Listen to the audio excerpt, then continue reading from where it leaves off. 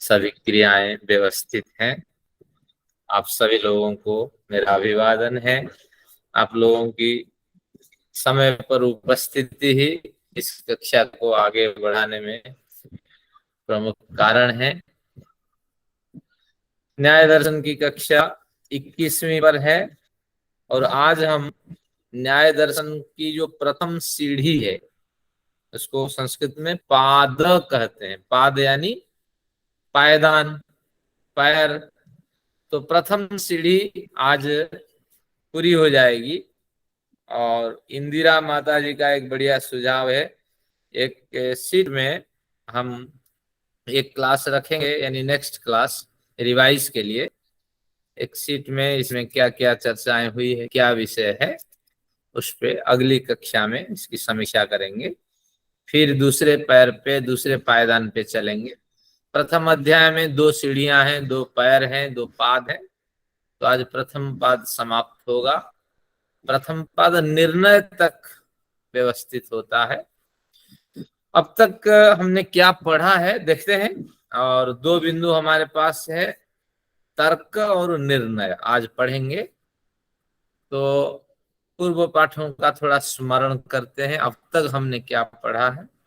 प्रथम सूत्र में हमने अध्ययन किया था निःश्रेयसाधिगमा, प्रमाण प्रमेय आदि तत्व ज्ञान, पदार्थों के तत्व ज्ञान से आपको निःश्रेयस की प्राप्ति होगी।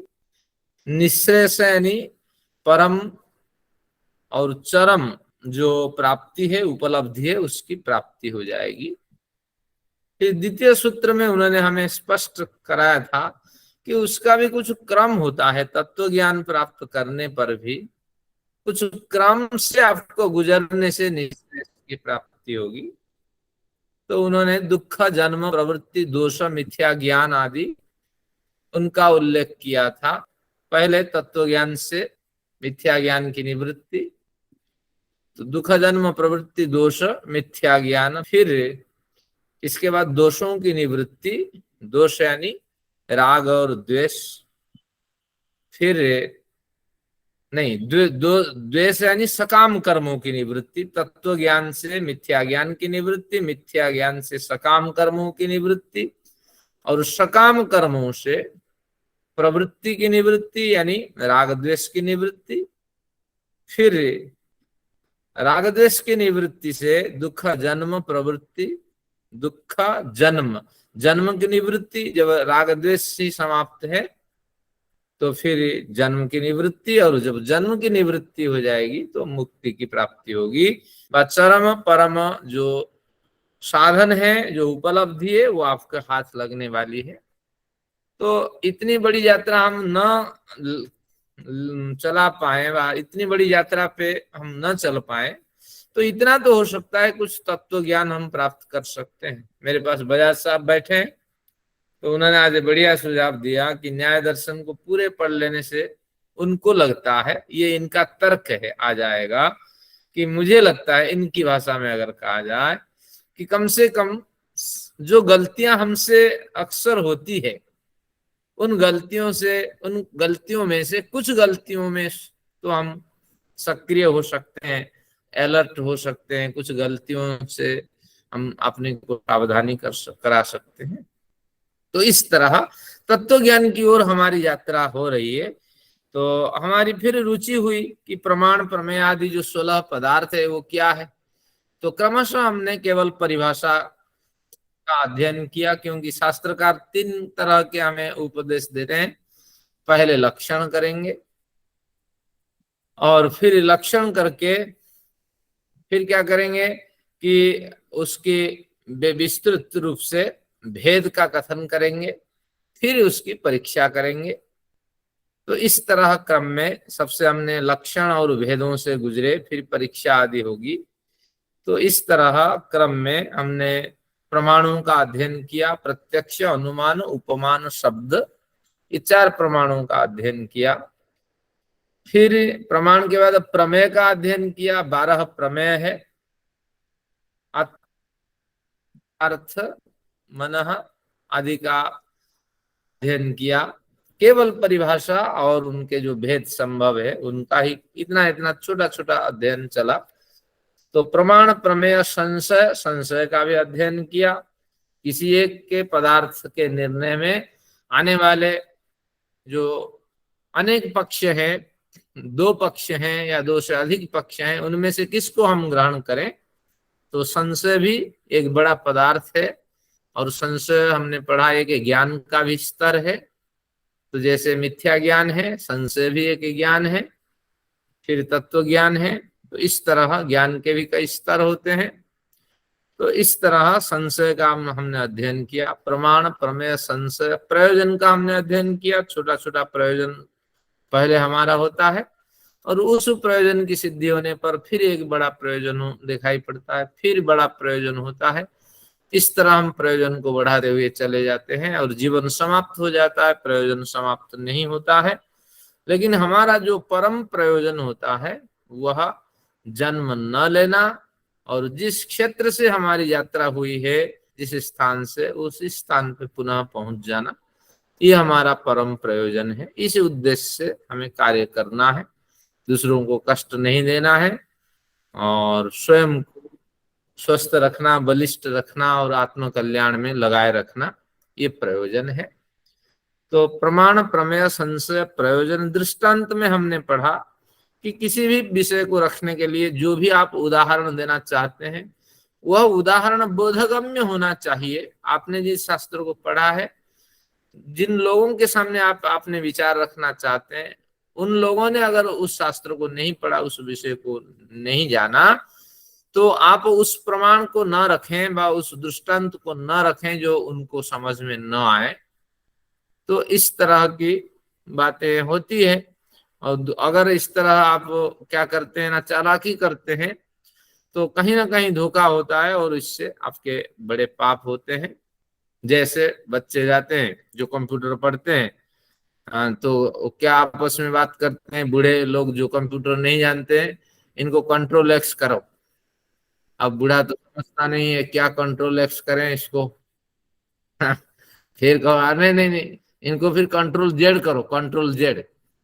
तो बच्चे इस तरह करते हैं। तो इस तरह शब्दावली प्रयोग करके दूसरों को, वो वृद्ध इधर उधर देखते रहते हैं, अरे क्या कंट्रोल जेड करता है, कंट्रोल एक्स करता है, सो डिलीट करो ना, आगे बढ़ो। तो इस तरह शब्दावली हमें प्रयोग नहीं करना। हमारी मतलब व्यवहारिक जो जीवन शैली है, उसमें सरल सादा सा हमें व्यवहार करना चाहिए, और जटिलता नहीं होनी चाहिए। मंत्र भी तो आता है, युयोध्यसमत जुहुराण में न, जो कुटिलता हम में है, और जिन कुटिलताओं के कारण हम अपने को समाज में प्रतिष्ठित करते हैं, तो उन कुटिलता रूपी जो पाप है उनको हमसे दूर करो। तो आपको ध्यान रखना चाहिए, जिस सर्कल में है, आप कितना भी पढ़े लिखे हो, उसी सर्कल के अनुरूप आप व्यवहार करें। तो निश्चित रूप से प्रमाण प्रमेय संशय प्रयोजन दृष्टांत से यही सीख हमें मिली है। सिद्धांत पे चलते हैं। सिद्धांत और तर्क, इन दोनों पे आज समीक्षा करेंगे। सिद्धांत का मतलब एक पक्ष, आप अपना एक पक्ष रखें। सिद्धांत है, मैं मानता हूं ईश्वर है, मैं मानता हूं ईश्वर नहीं है। तो इस तरह ये सिद्धांत पक्ष है। और सिद्धांत जो है वो आपका सिद्धांत है, सार्वजनिक सिद्धांत नहीं है।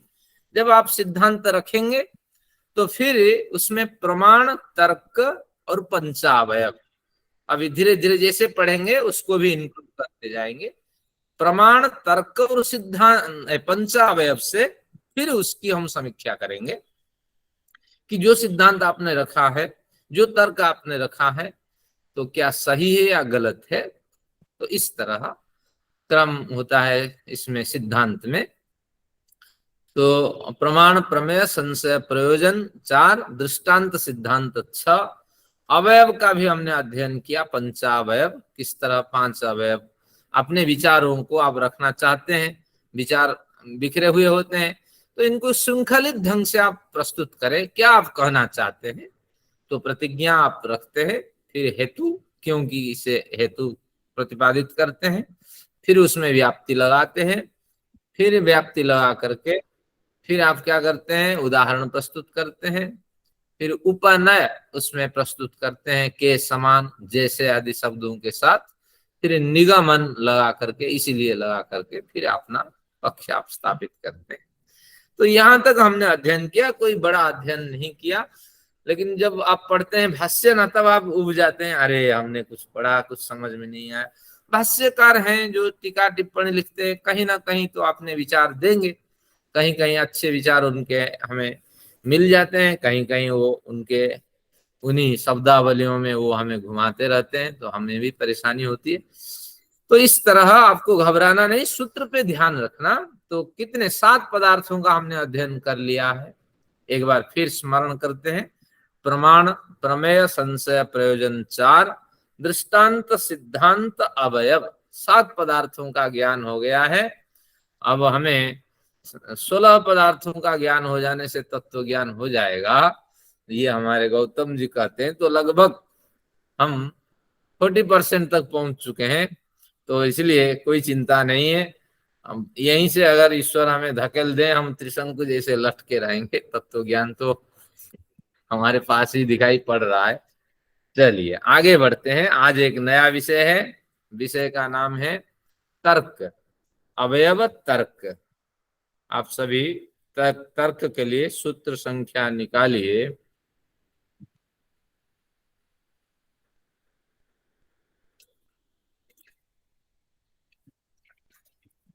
आचार्य जी 40 नंबर। अब वात्स्यायन जी का हाँ पृष्ठ 44।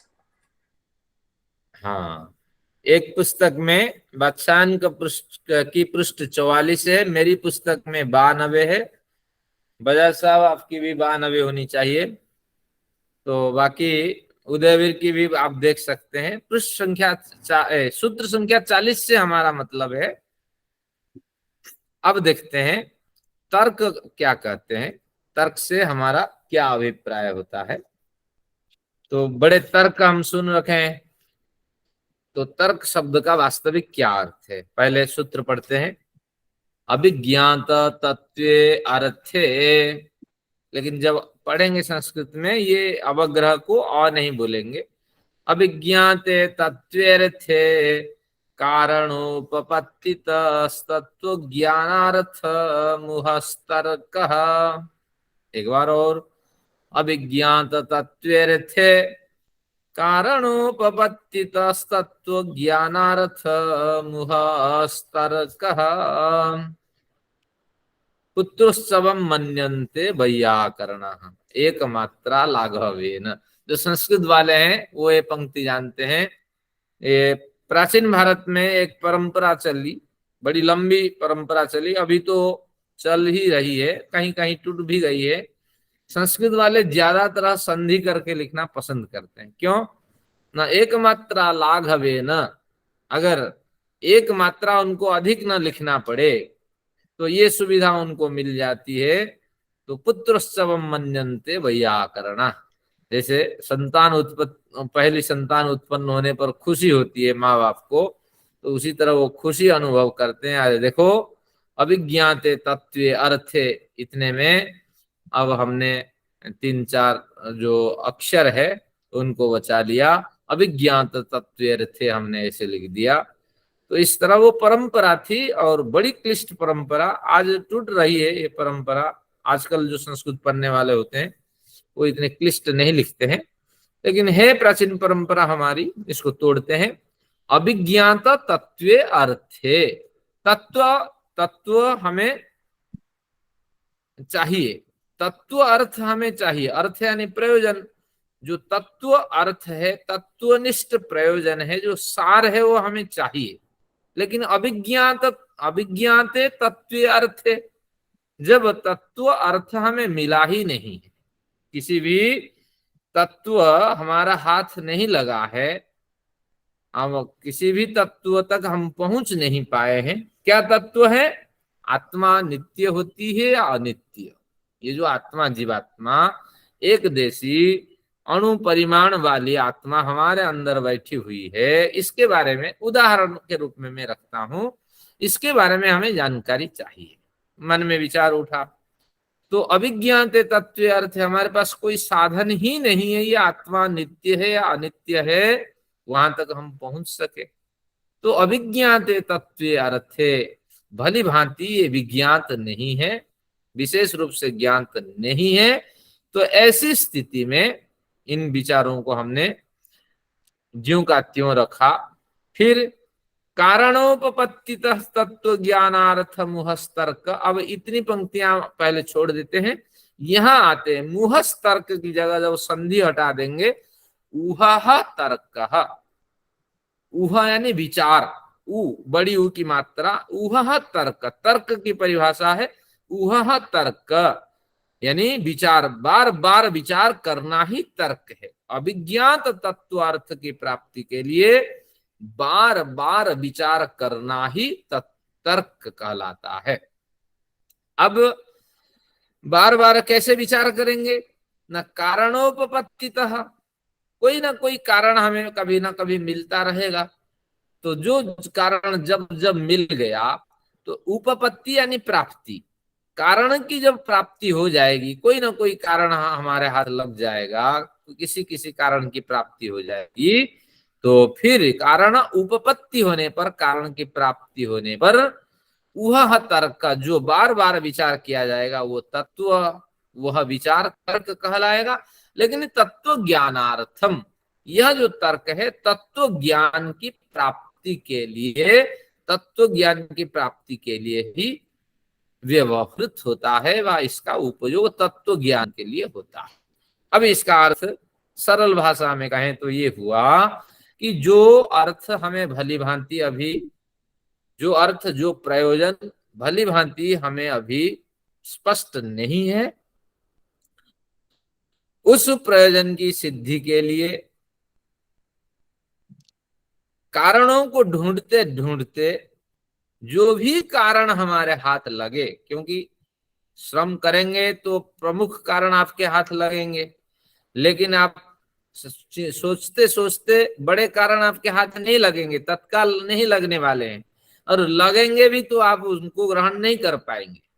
तो यही अर्थ हुआ कि जो अर्थ अभी हमें स्पष्ट नहीं है, जो विषय अभी स्पष्ट नहीं है, तो उस विषय की स्पष्टता के लिए कारणों को तलाशते तलाशते जो भी कारण हमारी हमारी उपलब्धि के विषय बनते हैं, तो उन कारणों से तत्व ज्ञान के प्राप्ति के लिए जो बार बार हम विचार करते हैं उनको तर्क कहते हैं। तो बस तर्क की एक छोटी सी परिभाषा उहा तर्क, इतना आप रखिए याद, उहा तर्क, बार बार विचार करना। क्या विचार करना? जिनके बारे में आपको कोई विशेष ज्ञान प्राप्त हुआ ही नहीं है। और फिर कारणोपपत्ति, जब जब कुछ कुछ कारण आपको मिल जाए, उन कारणों को समेटते हुए, उन कारणों को बांधते हुए आप विचार रखना, तो इसी का नाम तर्क है। तो इसलिए तर्क शब्द को आपने बड़े सुना। और तर्क जो तार्किक होते हैं न्यायिक लोग, वे कोई ना कोई कारण समाज से प्राप्त करते हैं और उस पे वो विचार करते हैं। कुछ उदाहरण आपके सामने रखता हूं ताकि आपको थोड़ा स्पष्ट हो जाए। तो अब देखते हैं, उदाहरण आपके सामने है। क्या उदाहरण है कि आत्मा जो है, ये आत्मा अजर है, अमर है, अविनाशी है। हमने कहीं से सुना, अभिज्ञात तत्व अर्थ, कोई कुछ कोई कह दे, हम कैसे उसको मान लें? तो इसीलिए बार बार हम विचार करते हैं आत्मा कैसी अविनाशी है। जब हमारे सिर में दर्द है तो आत्मा भी दुखी होती है, जब हमारे पास पैसे आ जाते हैं तब आत्मा भी खुशी हो जाती है। तो बस सुख दुख के जो भागी है, मृत्यु के बाद वो भी नष्ट हो जाने वाली है, और जहां जहां हम जाते हैं हमारे साथ आत्मा का संबंध है। फिर इसको कैसे विद्वान लोग कहते हैं आत्मा मरती नहीं है, नाशवान है? बार बार इस पर आप सोचते रहिए, तो इसको हम तर्क कहेंगे। अब आपको एक पंक्ति लिखनी है तर्क को समझने के लिए। तर्क की के भाषा होती है, परिभाषा होती है। क्या परिभाषा? कि इस कारण से, इसको आपको लिखना पड़ेगा। तर्क की परिभाषा सिद्धांत के साथ अभी तर्क को मिलाएंगे। तो इस कारण से मुझे ऐसा लगता है, इस कारण से मुझे ऐसा लगता है कि यह ऐसा होना चाहिए। इस कारण से मुझे ऐसा लगता है कि यह ऐसा होना चाहिए। इस तरह की ये तर्क की परिभाषा है। लेकिन तर्क तत्व ज्ञान के लिए साधन है, तत्व ज्ञान नहीं है। क्योंकि बार बार आपको जो ज्ञान हुआ नहीं है उसको आप बटोरते हैं, समीक्षा करते हैं, फिर उस पे विचार को उठाते हैं। जैसे उदाहरण मैंने कहा, आत्मा मरती नहीं है, अमर है, अविनाशी है। तो जब तत्व ये आपने तर्क उठाया, फिर एक दूसरा तर्क हम उठाते हैं, यह आत्मा जो है, यह जो आत्मा जो है ये मरती है। एक तर्क हमने ये उठाया, क्योंकि आत्मा नहीं मरती है और आत्मा उत्पन्न भी होती है, ये मरती है नहीं है और उत्पन्न होती नहीं है, इस तत्व को किसने देखा है? जब किसने देखा ही नहीं है, ऐसा कोई प्रमाण ही नहीं है, तो फिर या ये पकड़ में नहीं आता है तो हम कैसे मान ले? तो यह भी एक तर्क है। मांस खाने से परेशानी है, यह भी एक तर्क है। यह हम नहीं मानते। और कुछ लोग कहते हैं नहीं, मांस खाने से क्या होता है, परेशानी है। कुछ लोग कहते हैं नहीं, परेशानी नहीं है। ये भी तर्क है। अब तर्क की पुष्टि कहाँ होगी? अब मैंने कहा प्रमाण, तर्क, पंचावयव, इन तीनों के माध्यम से हम बहुत से समाधान प्राप्त कर लेते हैं। तो आप अपना पक्ष रखें। अगर आप चाहते हैं कि ईश्वर नहीं है या आत्मा नाशवान है, तो आप अपना पक्ष रखें। या आत्मा अविनाशी है, तो आप अपना पक्ष रखें। तो पक्ष में प्रमाण की ओर जाते हैं।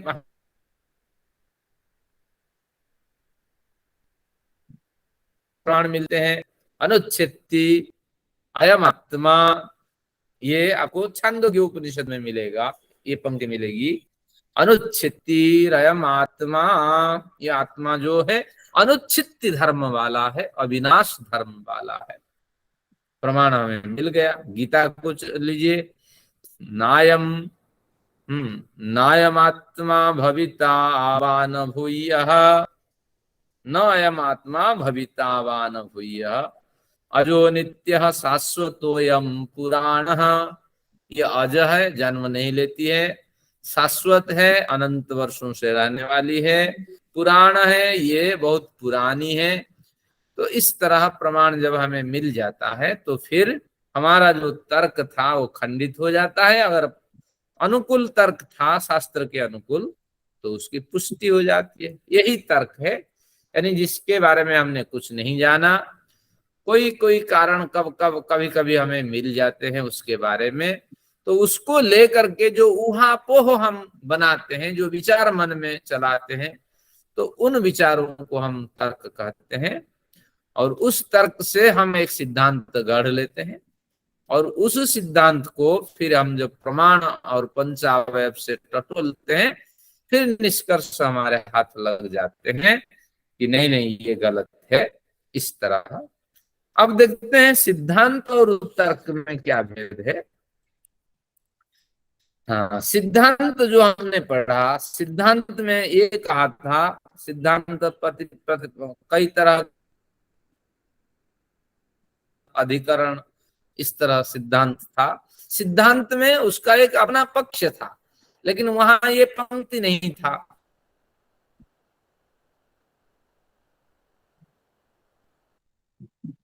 है, ईश्वर है, इस तरह उसका पक्ष होता है। तो फिर आगे वो पंचावयवादी रखता था, क्यों है क्यों नहीं है।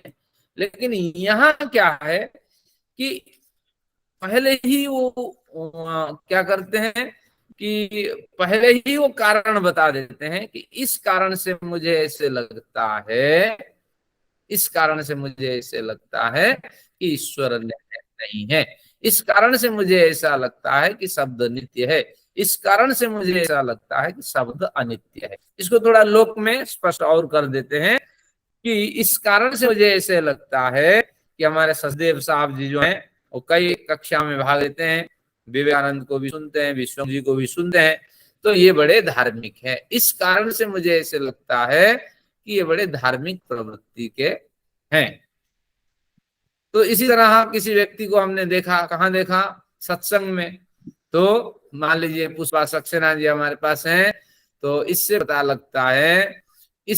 लगता है कि पुष्पा सक्सेना जी बड़ी विदुषी हैं। तो इस तरह का जो कथन होता है, इससे ऐसे लगता है, ये अगर जुड़ जाता है इसको तर्क कहेंगे। और ये तर्क, इससे ऐसा लगता है जो है, यही तर्क का अधूरापन है। अगर इससे को हम बदल दें, बस आपका तर्क खंडित है। तो इस तरह मेरे इतने वर्षों के अध्ययन से मैं इस निष्कर्ष पे पहुंचा हूं कि वेद अपौरुषेय है। तो जो हमने जो निष्कर्ष यहाँ पीछे लगा दिया, यही तर्क को कमजोर करने वाला है। और सिद्धांत तो अपना पक्ष ठोस रखता था। तो तर्क और सिद्धांत में यही फर्क है, आपको इस तरह स्मरण रखना है। अब सूत्र में समझता हूं पूरा हो गया है, अर्थ कोई कठिन नहीं है। एक बार फिर अर्थ बता के भाष्यकार का आनंद लेते हैं, भाष्यकार भी कुछ विचार देंगे। अभिज्ञात तत्व अर्थ है, जिस वस्तु का स्वरूप ठीक प्रकार से मालूम न हो, उस वस्तु पर तत्व अर्थ का विचार करते करते कभी कोई कारण प्राप्त हो जाने से तत्व ज्ञान की प्राप्ति के लिए मन में बार बार विचार उत्पन्न करते रहना, ये तर्क है। तो इस तरह ये तर्क की परिभाषाएं हैं। इसको आप लिख करके याद रखना या समझ जाना। कहां तक आप लिखेंगे केवल ही दिमाग में रखिए। तर्क बड़ा कमजोर होता है और उसके पीछे जो साधन होते हैं, जो उपादान कारण आदि होते हैं, जो तर्क को पुश करते हैं, उन्हीं पे वो टिका हुआ होता है। और उसी नीम को हिला दें तो तर्क हिल जाता है।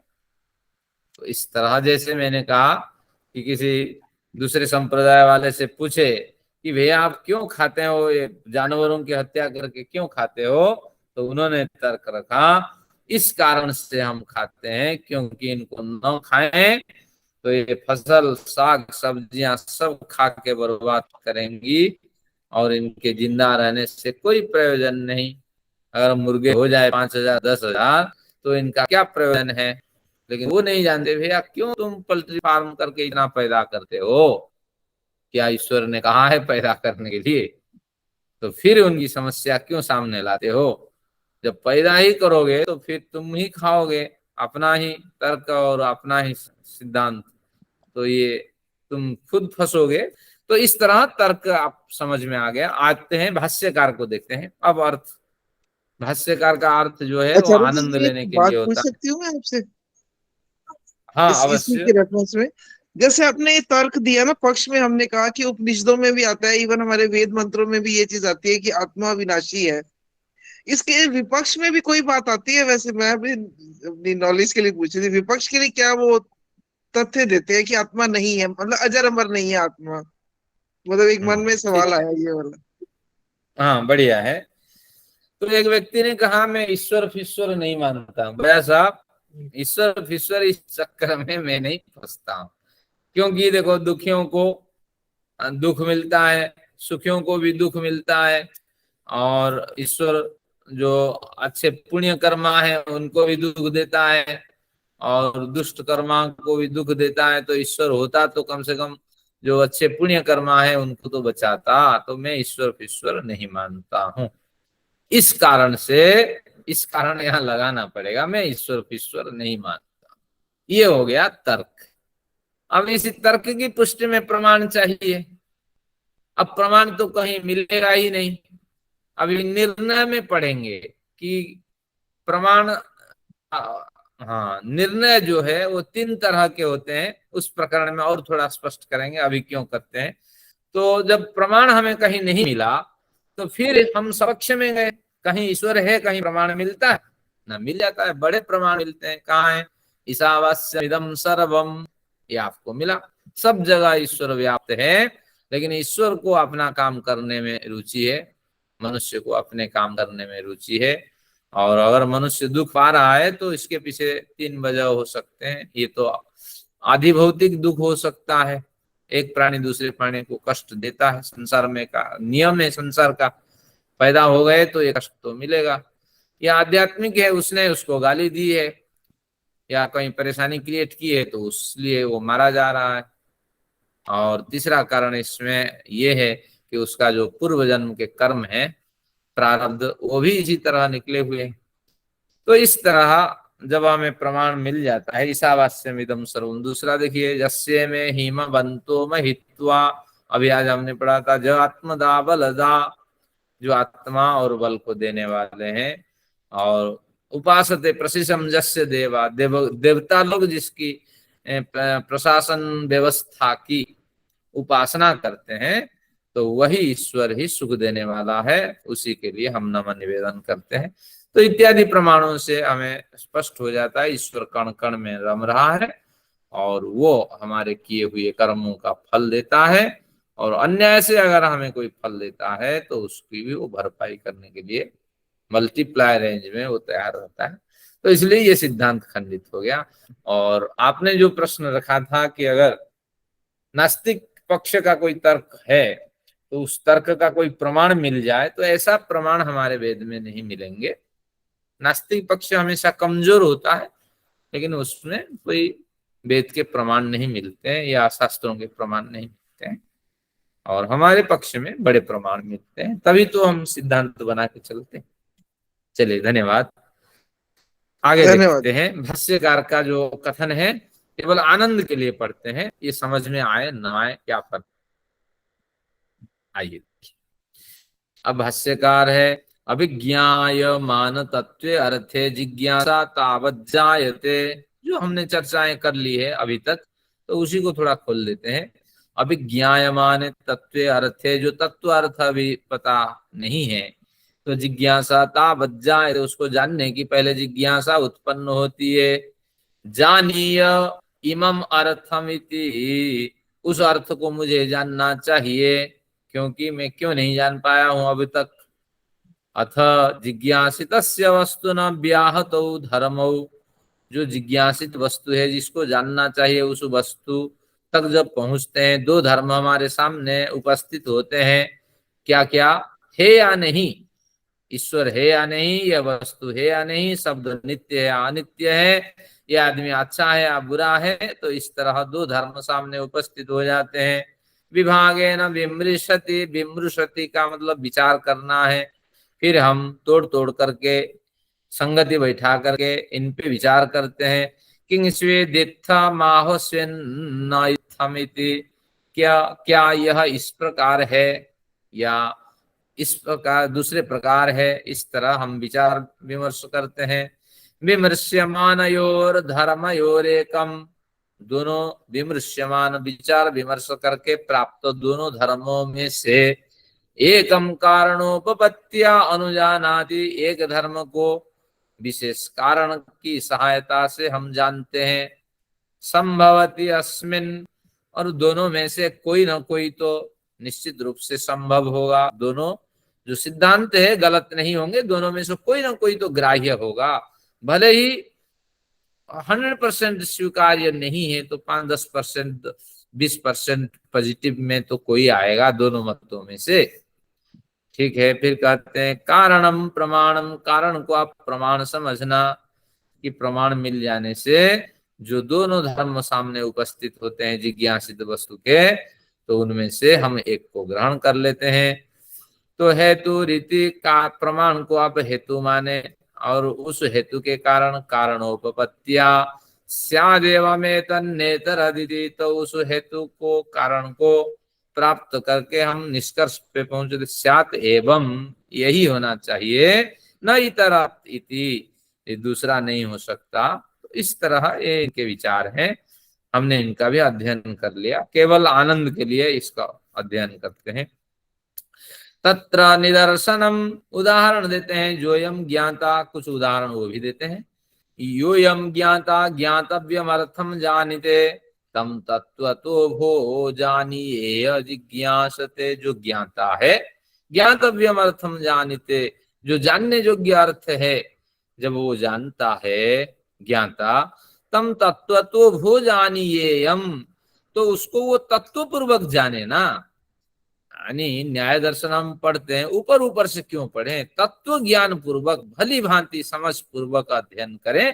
तो ऐसे गुरु गुरु की हमें तलाश होनी चाहिए, जो भली भांति हमें समझा दें, श्रम करें और पल्ले कुछ न पढ़ें।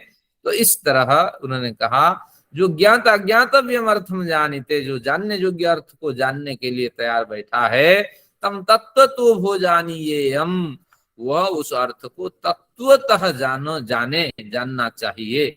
लभेय लभे वही लभे मही, तो जानिय जाने वही जाने मही। इस तरह संस्कृत की कुछ पंक्तियां हैं, संस्कृत वाले समझ जाएंगे, तो उसको भली भांति जान लेना चाहिए। तो इस तरह उस ज्ञाता के मन में जिज्ञासा उत्पन्न होती है। स किमुत्पत्ति धर्म को अनुत्पत्ति धर्म कहती विमर्श, वो बार बार सोचता है ये शब्द उत्पन्न होने वाला है या अनुत्पन्न होने वाला है, आत्मा उत्पन्न होने वाली है या अनुत्पन्न होने वाली है। इस तरह बार बार विमर्श करता है, विचार करता है। विमर्श का मतलब विचार है या संदेह उठाकर बार बार उस पे समीक्षा करना है। विमर्श के दो अर्थ लिख लीजिए, एक तो विमर्श का अर्थ विचार है, दूसरा विमर्श का अर्थ होगा संदेह उठाकर, संदेह उत्पन्न कर बार बार समीक्षा करना है। विमृश्यमाने अभिज्ञात तत्वे अर्थे, जब संदेह उठाकर बार बार अभिज्ञात तत्वार्थ में वो विमर्श करेगा, यानी विचार करेगा। जस्य धर्मस्य अभ्यनुज्ञा कारणमुत्पद्यते, जिस धर्म की अभ्यनुज्ञा यानी स्वीकृति, जिस धर्म की स्वीकृति के कारण हमें उपलब्ध हो जाएंगे, तमनुजानाति, वक्ता उसको जानता है।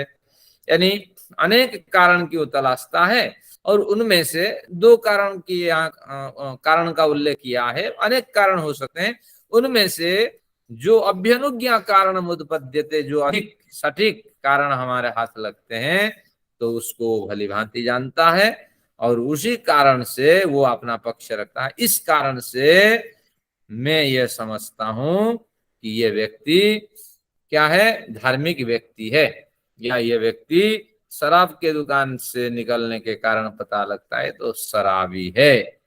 तो इस तरह इसका कथन है। चलिए भाष्यकार के और कुछ सुन लेते हैं विचार। जद्ययामनुत्पत्ति धर्म कहा, कहते हैं अगर वो माने जो आत्मा है या अनुत्पत्ति धर्म का, आत्मा उत्पन्न होने वाली नहीं है, अविनाशी है, इस सिद्धांत को अगर तर्क के माध्यम से वो प्रस्तुत करता है, कोई वक्ता अगर इस तरह प्रस्तुत करे, ततः स्वकृतस्य कर्मणः फलम् अनुभवति ज्ञाता, तब हमारा पक्ष सिद्ध हो जाता है। जैसा जैसा उसने कर्म किया है तो सुकृतस्य कर्मणः फलम् अनुभवति, उस फल को वो व्यक्ति प्राप्त करता है, ज्ञाता प्राप्त करता है। जानने वाला जो आत्मा के बारे में जानकारी रखता है तो उसको उस किए गए कर्मों के फल दिखाई पड़ते हैं। दुख जन्म प्रवृत्ति दोष मिथ्या ज्ञानानाम उत्तरम उत्तरम पूर्वस्य पूर्वस्य कारणम उत्तरापाय तदनंतर पायादपवर्ग स्याताम संसारापवर्गो, तो उस व्यक्ति को संसार और अपवर्ग की प्राप्ति हो जाती है। और फिर दुख जन्म प्रवृत्ति दोष मिथ्या ज्ञान के उत्तर उत्तर निवृत्ति होने पर पूर्व पूर्व की निवृत्ति उस व्यक्ति के क्षेत्र में लागू हो जाती है। तो इस तरह समझना कि जो अनुत्पत्ति धर्म का आत्मा को मानता है तो उसके लिए ये सारे शास्त्रीय सिद्धांत घट जाते हैं। और फिर उलट करके कहता है उत्पत्ति धर्म के ज्ञाता ज्ञातरी, अगर एक पक्ष इस तरह तर्क रखे कि आत्मा जो है उत्पत्ति धर्मक है, शरीर के साथ उत्पन्न होती है और नष्ट हो जाती है, इस तरह अगर रख ले विचार तर्क, तब पुनर्नस्याताम, उस व्यक्ति के लिए संसार और अपवर्ग कोई मायने नहीं रखता। अपवर्ग तो उसकी इच्छा है ही नहीं, और संसार में जन्म लेना, किस प्राणी में जाना, क्या करना, कब पैदा होना, कब मरना, ये कोई मायने ही नहीं रखता। उत्पन्न खलु ज्ञाता देहेन्द्रिय बुद्धि वेदनाभिसंबध्यते, वो व्यक्ति उत्पन्न होते ही, वह आत्मा उत्पन्न होते ही देह, इंद्रिय, बुद्धि, वेदना यानी पीड़ाओं से वो घिर जाएगा। और कहाँ पैदा होगा और कैसी पीड़ाएं मिलेगी वही जाने, ईश्वर जाने। इति नास्येदं स्वकृतस्य कर्मणः फलम, इति नास्येदं स्वकृतस्य कर्मणः फलम। तो उसके लिए किए गए जो कर्म का फल है वो नहीं मिलने वाला है। जब तक पैदा हुआ था, जब तक जीवित था, पूर्व जन्म में उन्होंने बड़े काम किए थे और बहुतों को धोखा दिया था, बड़े फल उनको मिल गए थे, लेकिन बहुत से फल अभी नहीं मिले थे। लेकिन अगले जन्म में सब साफ हो जाएगा। तो सुकृतस्य कर्मणः फलम न अस्य इदम, तो अगले जन्म में उसको कुछ नहीं मिलना है। तो ऐसी होगी तो मार पीट करके खाओ, बस मर जाओ, काम खत्म। खूब ब्याज में पैसा लो, फलाना करो और बढ़िया खाओ पियो, मस्त मौज करो और आखिर में मर जाओ, काम खत्म। तो सब इस तरह जीवन जिएंगे। तो अकृत अभ्यागम एक दोष होता है, इसको लिख लीजिए, कभी काम आएगा। अकृत अभ्यागम, और जो कार्य उसने किया नहीं है तो उसकी भी प्राप्ति हो जाएगी, क्योंकि पैदा होते ही देह, इंद्रिय, बुद्धि और पीड़ाओं से वो घिर जाने वाला है। और जो कर्म उसने किया है उसका फल भी उसको नहीं मिलने वाला है। तो अकृत का अभ्यागम, अभ्यागम यानी प्राप्ति, तो आचार्य अकृत जी की एक बार प्राप्ति फिर से होगी। बोल और दीजिए, कृतस्य, एक बार हाँ, फिर ये से दो बोल दीजिए। सिद्धांत है। अकृत अभ्यागम लिख लीजिए, अकृत अभ्यागम, अकृत अभ्यागम, इसका अर्थ है किए गए कर्मों, न किए गए कर्मों के फलों की प्राप्ति हो जाना। फिर कृतस्य नाशः, एक दूसरा सिद्धांत इसमें लागू होता है। कृतस्य नाशः, जो कर्म किए हैं तो उसका विनाश भी हो जाएगा। बड़े बड़े कार्य हमने किए हैं और बड़े पद पे प्रतिष्ठित हुए, राजनेता रहे और पुलिस हमारे हाथ में रही, सबको दबाते रहे, परिवार लोग नहीं जाने, समाज नहीं जाना, मर भी गए तो किसने नहीं जाना, बस कृतस्य नाश। तो ऐसे पद मिल जाए तो बस कोई चिंता ही नहीं है। तो कृतस्य, कृत हानि, कृतस्य नाश, अकृत अभ्यागम, तो ये दोष यहाँ उत्पन्न हो जाने वाला है। तो इसलिए ईश्वर सब जानता है, ये आपको मान के चलना पड़ेगा।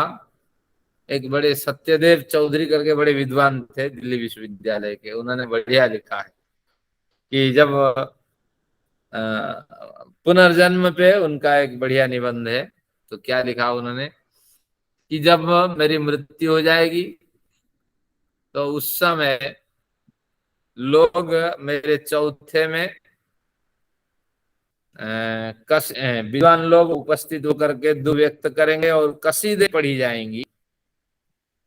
तो उस समय मैं भी बड़े मजे से बैठ करके यह सोचता हूंगा कि देखो मेरे किए गए कर्मों के बारे में किसी को कोई जानकारी नहीं, और ये सब बेवकूफ है। तो यानी मर जाते हैं लोग, लेकिन किए गए जो गलत कार्य हैं तो उनका उल्लेख नहीं करते हैं, उन्हीं के साथ वो सारा कुछ चला जाता है। तो ज्यादा से ज्यादा हमें क्या करना चाहिए, प्रकाश कर देना चाहिए।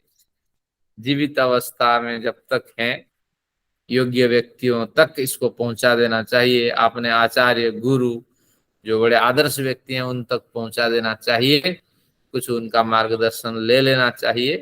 लेकिन इतना सार्वजनिक ना करें ताकि आपको बेइज्जत सहना पड़े। तो इसलिए क्या एक बढ़िया पंक्ति है, मैं स्मरण कराता हूं।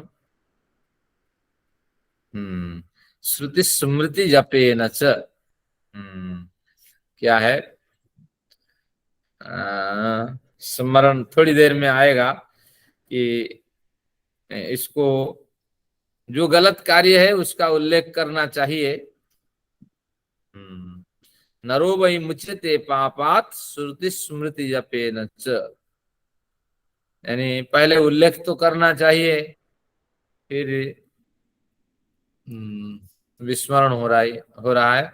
यानी चलिए निष्कर्ष यही है, जब स्मरण हो आएगा बताऊंगा इसमें, कि जो गलत कार्य है तो उसका उल्लेख करके उसका समाधान कर लेना चाहिए। अब पंक्ति याद आ गई, ख्यापनेन अनुतापेन, ये स्मृति शास्त्र की पंक्ति है। लिखना चाहे लिख लीजिए, या दोबारा जब इसको पढ़ करके सुनेंगे। ख्यापनेन अनुतापेन, पहले ख्यापन करो। जो गलतियां, बड़ी गलतियां हुई है, अगर पहले से बता देंगे तो कुछ भरपाई उसकी हो सकती है। आपने व्यापार में किसी को बड़ा नुकसान पहुंचाया है, और अब क्या है, वो व्यक्ति तो बर्बाद हो गया, लेकिन आप संपन्न हो गए, तो बस अपने बच्चों से और अपनी पत्नी से बता दीजिए ये गलती हुई है, हो सके कुछ थोड़ी बहुत भरपाई हो जाए, आपके जो कर्म है थोड़ा लाघव हो जाए। तो इस तरह ख्यापन, ख्यापन यानी कह देना, अनुतापेन, बार बार अनुताप करें, ये दूसरा एक सिद्धांत है। अगर उतना नहीं कर पाते हैं तो अनुताप करें, ये गलती मेरे से हुई है, कि ये गलती मैं दोबारा न करूं, संकल्प पूर्वक अनुताप करें। ख्यापनेन अनुतापेन, लोगों को अनुताप ही नहीं है, गाड़ी दूसरों पे चढ़ा के भाग जाते हैं। ख्यापनेन अनुतापेन, हाँ, श्रुति स्मृति जपेन च, श्रुति और स्मृति इनका अध्ययन करें। इससे गलत कार्यों के लिए क्या क्या निर्देश है।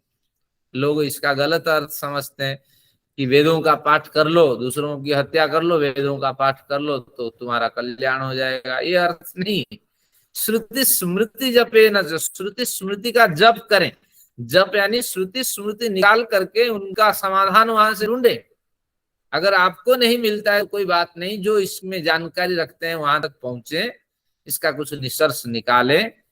तो इसलिए जब आप प्रकाशित करेंगे तभी ना कुछ होगा। सत्यदेव की वो पंक्ति आप स्मरण रखें कि कसीदे जब पढ़ी जाएंगी तो मैं दुबका सा बैठा हुआ हंस ही रहा हूंगा कि ये सभी बेवकूफ है, इनको क्या पता मेरे बारे में, केवल ये बकवास करने वाले सिद्ध होंगे उस वक्त। तो इसलिए हाँ, क्या है, ख्यापनेन अनुतापेन, ख्यापन करें, कह दें, अनुताप करें। श्रुति स्मृति, बजाज साहब का एक उदाहरण देता हूं ख्यापन में। बजाज साहब ने एक बार जब हमने योग दर्शन की कक्षा लगाई तो उस समय उन्होंने भी स्वतः कहना शुरू किया कि मुझे बड़े बड़े सिद्धांत, फिजिक्स के प्रोफेसर हैं, बड़े बड़े सिद्धांत स्पष्ट करने में रुचि थी, लेकिन विद्यार्थी अच्छे नहीं मिलते थे पीएचडी के। तो मैं क्या करता था कि जो पीएचडी के बच्चा आया उसको पकड़ लेता था और उनके थीसिस का नामकरण मैं करता था, स्वयं लिख करके उनको सबमिट कर देता था। बस सिद्धांत स्पष्ट हो जाते थे। क्या इनके भी फल मुझे भोगने पड़ेंगे? तो मैंने कहा ये तो ईश्वर तय करेगा। यह सिद्धांत तो स्पष्ट हुआ, 5-10% आपको प्लस मिलेगा, माइनस तो सारा आपका, क्योंकि विद्यार्थी तो बर्बाद हुआ ना, उसने कोई श्रम नहीं किया। तो इसलिए विद्यार्थी पीएचडी के स्टूडेंट कहलाया, लेकिन उसको कोई शोध का ज्ञान ही नहीं है, सारा सिद्धांत आपका। तो इस तरह आपको स्मरण रखना चाहिए, ख्यापन होना चाहिए, स्पष्ट बताना चाहिए, अनुताप करना चाहिए। वेद शास्त्रों के ज्ञाता या आप स्वयं पढ़ सकते हैं, तो उसमें भी रहस्य इसके ढूंढे, क्या समाधान हो सकता है। नरो वै मुच्यते पापात् श्रुति स्मृति जपेन च। फिर आगे इस तरह प्रयत्न करने से, दानेन त्यज्येया पिबा, फिर दान करना चाहिए। दान यानी अगर उस व्यक्ति को कुछ पैसे की मदद करने से उस व्यक्ति की भलाई हो जाती है जहां से आपने अन्याय किया है, तो या उनके बच्चों की मदद करने से अगर वो परिवार सुधर सकता है तो वो भी करें। दानेन त्यज्येया पिबा, इज्जया पिबा, उनको अगर सदाचारी बना दिया जाए, इज्जा यानी यज्ञ, यानी समाज परंपरा संस्कृति में उस परिवार को अगर ढाल दिया जाए तो अगर कल्याण हो सकता है तो वो भी कार्य करें। तो 5 कार्य आपको करने हैं। क्या है, पाप निवृत्ति के लिए हमारे स्मृति शास्त्र कहते हैं, पहले तो बता दें, दोबारा अनुताप करें, संकल्प पूर्वक ऐसा काम न करें, और फिर श्रुति स्मृति का अध्ययन करें या योग्य व्यक्ति तक पहुंच करके उससे समाधान ढूंढें, फिर दान करें और उस परिवार में जो भी कुछ व्यक्ति हैं या जिनके साथ गलत व्यवहार आपने किया है, कुछ उनको धर्म मार्ग में प्रेरित करने के मार्ग ढूंढे। तो इस तरह कुछ उन्होंने निर्णय दिया है, लेकिन ये निर्णय कितना ग्राह्य है वो आप स्वयं व्यवहार में उतारेंगे, लेकिन बता तो देना चाहिए। ये एक बढ़िया सिद्धांत है। चलिए कुछ विषयांतर हो गए। हाँ, यहाँ आइए देखते हैं। उत्पत्ति धर्म गवा था, कहाँ कहाँ था। उत्पन्ना खलु ज्ञाता देहेन्द्रिय बुद्धि वेदना भी संबध्यते इति नास्येदं स्वकृतस्य कर्मणः फलम। किए गए कर्म का फल तो उसको नहीं मिलने वाला है। उत्पन्नस्य भूत्वा न भवति इति, वो उत्पन्न हो गया है दोबारा इस तरह पैदा होगा। न तस्य अविद्यमानस्य निरुद्धस्य वा, ऐसा कोई सिद्धांत है नहीं दोबारा वो पैदा होगा। तस्य अविद्यमानस्य, वो कभी था ही नहीं। निरुद्धस्य, वो कभी थोड़ी दिन के लिए टिका भी नहीं रहेगा, क्योंकि संयोग से उत्पन्न होता है, संयोग से मर जाएगा। कौन कहता है शतायु वही पुमान, 100 साल जीने वाला आदमी है? क्योंकि संयोग से पैदा होता है। बुलबुला संयोग से पैदा होते हैं और संयोग से फूट जाती है। तो इसलिए इस तरह स्थितियां इसको भी मिलने वाली है। स्वकृत कर्मणः फलोपभोगो नास्ति, अब जितने कर्म किया है उसका फल भी उसको नहीं मिलने वाला है। तदेव मेकस्य अनेक शरीर योगः, उस एक व्यक्ति को कर्म के आधार पर बड़े शरीर मिलने वाले हैं। ये पुनर्जन्म के सिद्धांत भी लागू नहीं होंगे।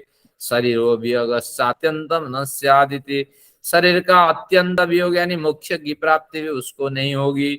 न स्यादिति तत्र कारण मनुपपद्यमानम पश्यति, इस तरह अगर भिन्न अर्थ मानोगे, आत्मा उत्पन्न होने वाली अर्थ मानोगे तो अनुपपद्यमानम पश्यति, इस तरह संगति न बैठने वाले कारण आपके पास आकर के पहुंचेंगे और आप उसको देखोगे।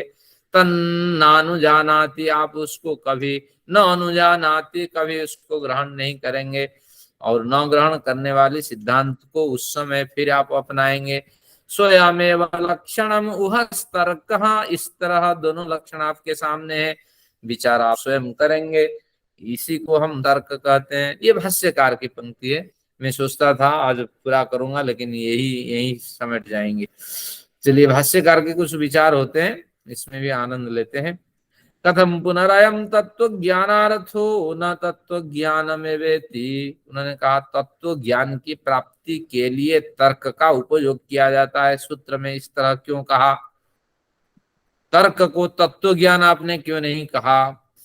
कहते हैं अनवधारणात, अनवधारण का अर्थ है अनिश्चय। यहाँ एरो लगा कर लिख दीजिए, अनिश्चयात, यहाँ निश्चय नहीं होता है। क्योंकि इस कारण से मैं ऐसा मानता हूं, ये जो इस कारण से लगा के आपने वाक्य का प्रयोग किया, तो यही त्रुटि हो गई। जैसे हम वाक्य प्रयोग करते हैं, वह विद्वान तो है ही, अब जब है ही लगा दिया, विद्वान तो है इतना कह देते जितना बल था, ही लगाने से घट गया उस बल। है ही कि ही यानी मेरा पक्ष है, मेरी मान्यता है, मेरा मानना है। तो ध्यान रखना, शब्द प्रयोग करने में भी हमें सोच समझ के करना होता है। आप बलाघात करके अपना पक्ष रखने के लिए ही लगाते हैं। तो उसी तरह इन्होंने कहा कि ये जो तर्क है वो पहले से ही संदेह लेकर के प्रवृत्त होता है, इसलिए अनवधारणात, ये अनिश्चय है। मैं तो ऐसे मानता हूं, मेरी तो ये मान्यता है। तो निश्चित रूप से अनिश्चयता इसमें विद्यमान होता है तर्क में। कथम अनुजानाति अयम एकतरम धर्म कारणोपपत्त्या, फिर एक प्रश्न उठाते हैं, कथम अनुजानाति अयम एकतर धर्मम कारणोपपत्त्या, किसी कारण की उपपत्ति से यानी प्राप्ति हो जाने से कैसे हम एक सिद्धांत को मान लेंगे? तो उसको फिर वो स्पष्ट करते हैं, न तू अवधारयति न व्यवस्यति, इसलिए जब तक एक कारण की प्राप्ति नहीं होती है, जो ज्ञाता है वो किसी भी सिद्धांत का अवधारण नहीं कर पाता है। न व्यवस्यति, व्यवस्यति यानी निश्चय, किसी भी सिद्धांत का निश्चय भी नहीं कर पाता है। और फिर उसको कला वही व्यवस्थित निश्चित होती, निश्चय पे जब नहीं पहुंच पाता है तो इसलिए वो कहता है कि एक कारण की प्राप्ति हो जाने पर उसी को उस तर्क के रूप में ग्रहण करता है, और वही तर्क तत्व ज्ञान के साधन होता है। तत्व ज्ञानार्थ इति, इसका क्या अर्थ है? तत्व ज्ञान के लिए ही तर्क का प्रयोग होता है। अब वो एक बड़ी पंक्ति लिखते हैं, इसको सुनिए। तत्व ज्ञान विषयाभ्यनु ज्ञान लक्षणानुग्रह भावितात। जब हम संस्कृत पढ़ते थे ना, हम कंपटीशन करते थे कौन बड़ा वाक्य लिख सकता है, और बिना तोड़े हुए, तो संधि समास आदि करके हम बड़े बड़े वाक्य लिखते थे, उसमें एक खुशी होती थी। तो वो एक बड़ा वाक्य लिखा उन्होंने, तत्व ज्ञान, उसके अंदर कुछ नहीं है, केवल शब्द का आडंबर है। तत्व ज्ञान विषय अभ्यनुज्ञा लक्षण। क्या प्रश्न था? तत्व ज्ञान का क्या मतलब है, तत्व ज्ञान के लिए क्यों तर्क का उपयोग होता है? तो कहते हैं देखिए, तत्व ज्ञान विषय, तत्व ज्ञान का जो विषय है अभ्यनुज्ञा, उसको स्वीकार कर लेने पर, अभ्यनुज्ञा लक्षण, उस स्वीकार रूपी लक्षण से अनुग्रह भावितात, लक्षण से अनुग्रहित होकर, भाविता भावित होकर, प्रसन्नाद, जब वक्ता को प्रसन्नता मिलती है तो तदनंतर प्रमाण सामर्थ्य, फिर उसके बाद वो एक प्रमाण को ग्रहण करता है। तत्व ज्ञान की पुष्टि में, तर्क की पुष्टि में प्रमाण की आवश्यकता होती है, तो प्रमाण की वो प्रमाण को बटोरता है। तत्व ज्ञान उत्पद्यते, उस प्रमाण से तत्व ज्ञान की प्राप्ति हो जाती है। इत्येवं तत्व ज्ञानार्थ इति, इसलिए तत्व ज्ञानार्थ हमने यह कहा कि पहले तत्व ज्ञान के विषय के प्रति जिज्ञासा उत्पन्न हो, और उस तत्व ज्ञान की पुष्टि के लिए प्रेरित होकर वो प्रसन्न मन से प्रमाण की तलाश करें, और अनेक प्रमाणों में से उसका काम का जो प्रमाण है उसको ग्रहण कर लें, और उसी प्रमाण से वो अपना पक्ष रखें, तर्क रखें, तो फिर जो फल मिले वो निश्चित रूप से तत्व ज्ञान की ओर ले जाने वाला है। ये इस तरह संस्कृत वाले लिखते हैं, और इसमें बड़ा लाभ तो है नहीं, लेकिन है, शास्त्र में एक मान्यता है। बादशाह हास्य के साथ न्याय दर्शन पढ़ना चाहिए, लेकिन इसमें निर्णय में कई विचार अच्छे आएंगे, और वहां से इसकी उपयोगिता पता लगेगी। कहीं कहीं है इसकी उपयोगिता, नहीं तो केवल ही शब्द आडंबर है। एक पंक्ति और है, इसके साथ समाप्त हो जाएगी। स्वयं तर्क प्रमाणानि प्रतिसंदधान, वही जो तर्क है प्रमाणों को प्रतिसंदधान, साथ में जोड़ते हुए, प्रतिसंधान करते हुए, साथ में जोड़ते हुए, वही तर्क जोड़ता हुआ। प्रमाण अभ्यनुज्ञानात्, प्रमाणों को स्वीकार करता हुआ। प्रमाण सहित बाधे अपदिष्ट, प्रमाण सहित बाद में एक बाद नामक पक्ष आएगा अगले पक्ष में, तो बाद और शास्त्र इसमें संदेह नहीं करना चाहिए। बाद शुद्ध विचार होता है, जो हेल्दी डिस्कशन जिसे कहते हैं उसको बाद कहेंगे। बात, हेल्दी डिस्कशन करो, बातचीत कर लो, शुद्ध बातचीत कर लो, तो उसी को बाद कहते हैं। तो बाद में तर्क क्या करता है ना, प्रमाणों को लेकर और उन प्रमाणों में से अपना जो प्रमुख प्रमाण है उसको स्वीकार कर वो बाद में पहुंचता है, अपदिष्ट होता है, बाद में पहुंच जाता है। अभिज्ञात तत्व मनुजानाति, जो तत्व अभी स्पष्ट नहीं है उसको जानने लगता है। यथा स्वरथा भवति तस्य यथा भावः, यथा स अर्थः भवति, जो वस्तु जैसी होती है तस्य, उसे वास्तव में ऐसा ही समझना तत्व है। अविपर्यय है, मिथ्या ज्ञान से रहित सिद्धांत है, यथा तथ्य है, यथार्थ है, इस तरह आपको समझना चाहिए। यानी तर्क के जरिए जो वस्तु जैसी है उसे हम ऐसे समझ पाएंगे। पहले तर्क सामान्य स्तर में रहेगा, फिर अनेक प्रमाण उसके सामने उपस्थित होंगे, और जो अनुकूल प्रमाण है उसको वो ग्रहण करेगा, फिर वो प्रवृत्त होगा तत्व ज्ञान के लिए। तो इस तरह बादशाह के अपने विचार हैं, इन विचारों से आप कितना ग्रहण करते हैं ये तो आप स्वयं निर्णय करें। आपके सामने फिर एक बार तर्क को मैं स्पष्ट करता हूं, विषय को क्लोज करते हैं। तो अभिज्ञाते तत्व अर्थे 40 नंबर सूत्र है जो अभी अर्थ स्पष्ट नहीं है। तो 3 तरह के अर्थ स्पष्ट होते हैं। एक तो प्रत्यक्ष में जिस अर्थ को हम देखते हैं उस पे कोई संदेह होता नहीं है, वो तो ग्राह्य होता ही है। लेकिन कुछ ऐसे होता है प्रत्यक्ष नहीं हो पाता है, तो उसको जानने की हम कोशिश करते हैं, तो वहां ये तर्क प्रवृत्त होता है। कुछ ऐसे स्थल होते हैं जिसमें वेद और बाद ये 2 बड़े बड़े सिद्धांत होते हैं, आगे निर्णय कहेगा। तो वेद आदि शास्त्रों में हमें संदेह नहीं करना होता है, जैसे लिखा है बिल्कुल ऋषियों के वचन है उसमें संदेह रहित होकर के ग्रहण करना होता है। बाद भी जो होता है उसमें शुद्ध विचार होते हैं, क्योंकि प्रमाण तर्कोपलम्भ अभी अगले में आएगा। बाद सबसे प्रमुख होता है किसमें, जो 18-16 पदार्थ है उनमें बाद शुद्ध स्वरूप होता है। तो बाद में भी संदेह नहीं करना चाहिए, क्योंकि वाद के कारण विषय बड़े स्पष्ट होते हैं। तो वेद बाद में संदेह नहीं करना, प्रत्यक्ष में संदेह नहीं करना, लेकिन जो अप्रत्यक्ष तत्व है, अभिज्ञात तत्व है, तो उसी के अर्थ में हमें ऊहा उत्पन्न करना, ऊहापोह उत्पन्न करना, पक्ष विपक्ष उत्पन्न करना और अनेक कारणों को तलाशना, और जो प्रमुख कारण है उसकी प्राप्ति हो जाने पर आप अपना विचार रख करके तत्व ज्ञान की ओर आपको बढ़ना चाहिए। इसी का नाम तर्क है। तो बाकी तो बादशाह ने अपने विचार दिए, कुछ पंक्तियां उन्होंने खोल करके स्पष्ट भी करवाई। तो इस तरह आज समय यहीं समाप्त हो जाता है हमारा, और अगले में हम इस अध्याय को आचार्य पूरा जी कर लेंगे। नमस्ते। हाँ, तो शांति आचार्य पाठ जी कर लेते हैं फिर आपके। एक बात पूछनी है। कहते हैं हाँ कि जी। मृत्यु जब हम मरते हैं जैसे, तो आत्मा उसी टाइम जैसे जल अपना दूसरा पैर उठाता है ऐसे आत्मा नया शरीर ले लेती है। तो फिर ये कैसे चौथे पे देखता है बंदा? कहाँ पे देखता है? चौथे वाले दिन देखता है कि भाई लोग मेरी तारीफ कर रहे हैं। चलिए शांति पाठ करते हैं, प्रश्नोत्तर सत्र में इस पे चर्चा करते हैं। बहुत बढ़िया, बहुत बढ़िया विचार है। आइए शांति पाठ। ओम द्यौः शान्तिरन्तरिक्षं शान्तिः, पृथिवी शान्तिरापः शान्तिरोषधयः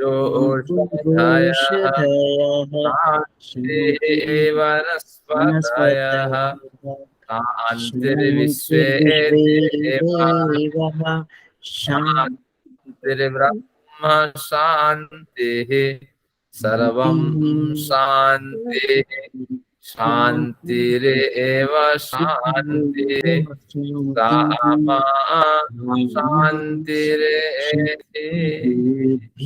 ओम शान्ति शान्ति शान्ति।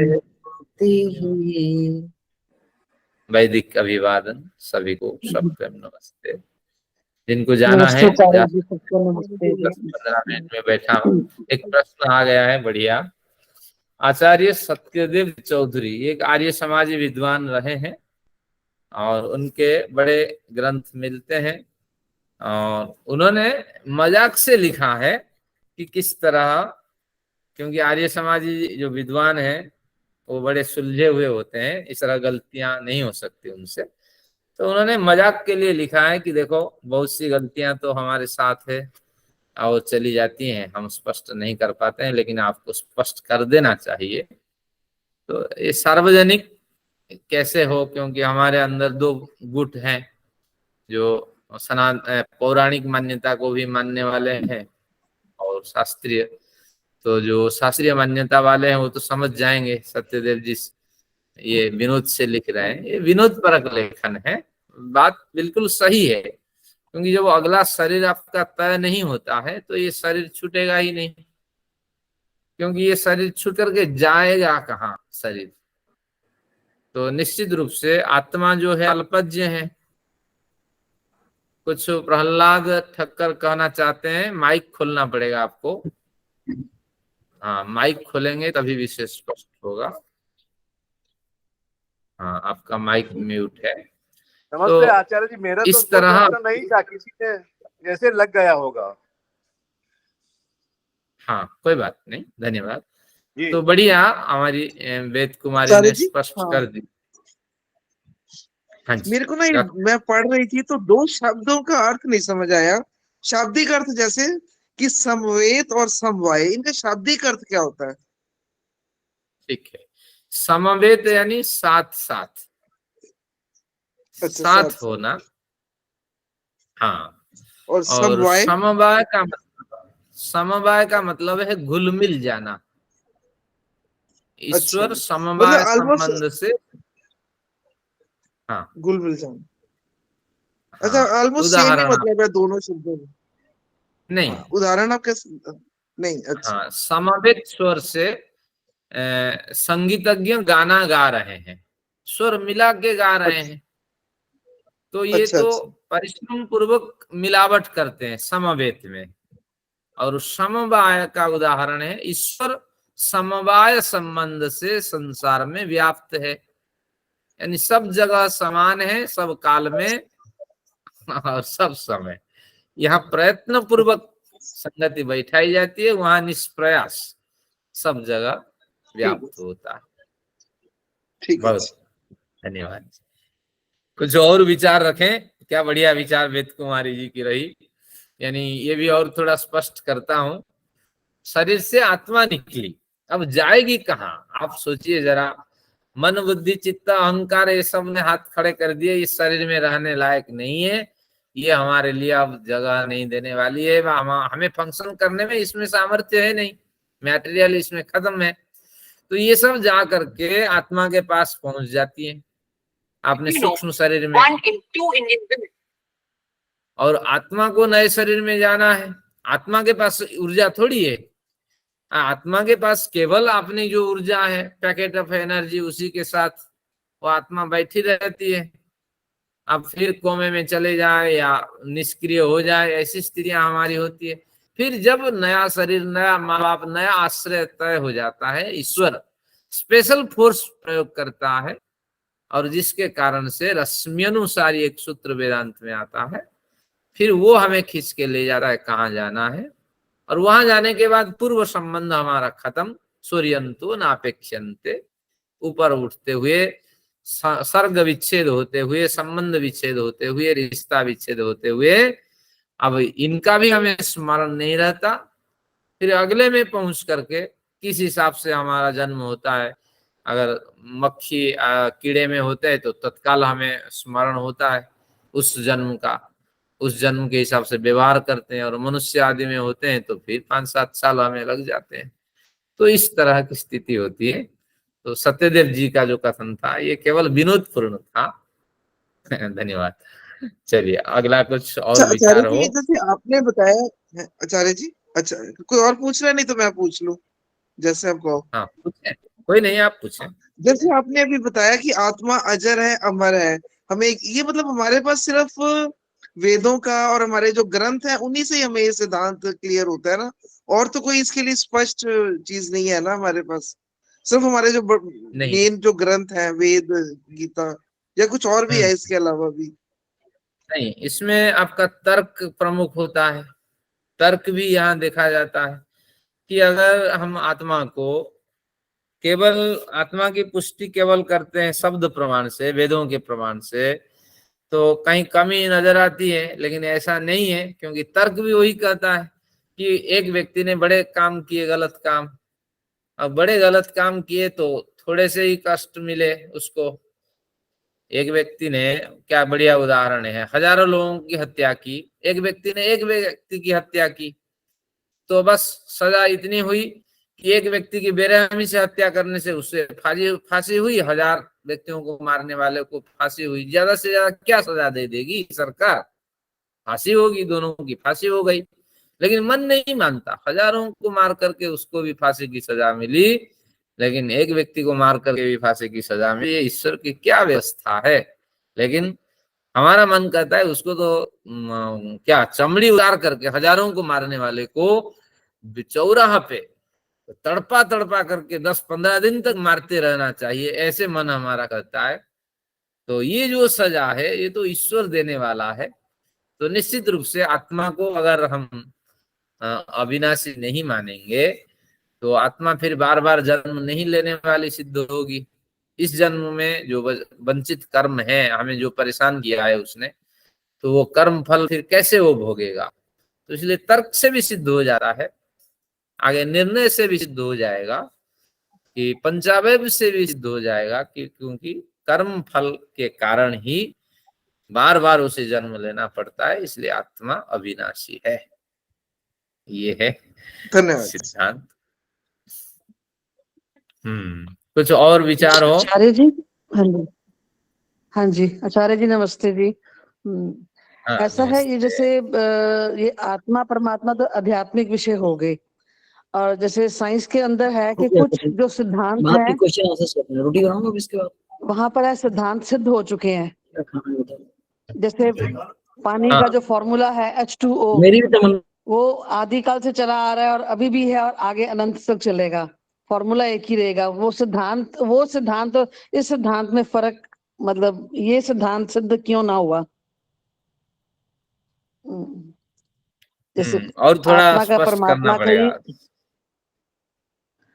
कुछ सिद्धांत होते हैं और सिद्ध हो चुके होते हैं, जैसे आपने का उदाहरण दिया, साइंस के बड़े सिद्धांत है, सिद्ध हो चुके होते हैं।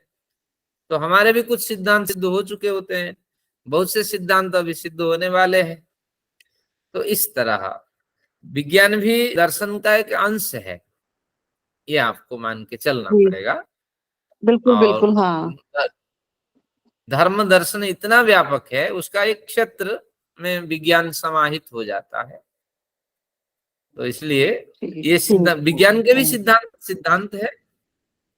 और जैसे पंचावयव करते हैं, ईश्वर को, शब्द को एक पंचावयव रखते हैं आपके सामने, विज्ञान और दर्शन का। शब्द को हम नित्य मानते हैं, ये प्रतिज्ञा है। तो क्या है? क्योंकि यह दिखाई नहीं पड़ता है, ये हो गया प्रतिज्ञा हेतु। उदाहरण व्याप्ति, व्याप्ति, जो वस्तु दिखाई नहीं पड़ती है वह वस्तु, जो वस्तु दिखाई नहीं पड़ती है वह वस्तु नित्य होती है। जैसे ईश्वर, मैंने उदाहरण भी रख दिया। प्रतिज्ञा हेतु उदाहरण उपनय, उपनय रखा, उपनय ईश्वर के समान, ईश्वर के समान शब्द नित्य होता है।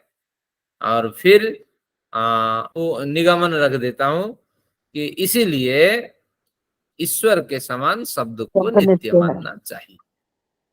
अब इसको घुमा देते हैं विज्ञान के हिसाब से, शब्द अनित्य होता है क्योंकि शब्द दिखाई नहीं पड़ता, शब्द छूने के योग्य भी नहीं होता है। फिर आगे व्याप्ति लगाते हैं, जो वस्तु दिखाई नहीं पड़ती, छूने के योग्य नहीं होती है, वह वस्तु प्रभावित करती है। उदाहरण जैसे सूर्य। फिर उपनय में हम करते हैं सूर्य के समान। क्या है कि शब्द दिखाई नहीं पड़ता, सुनाई नहीं पड़ता, लेकिन उससे हम प्रभावित होते हैं और निगमन कर देते हैं कि इसीलिए शब्द अनित्य होता है, नित्य नहीं होता है। तो तात्पर्य ये हुआ, विज्ञान भी यही कहता है, दर्शन भी यही कहता है कि वस्तु न दिखाई पड़ने पर, वस्तु न स्पर्श के योग्य होने पर भी प्रभावित तो करती है।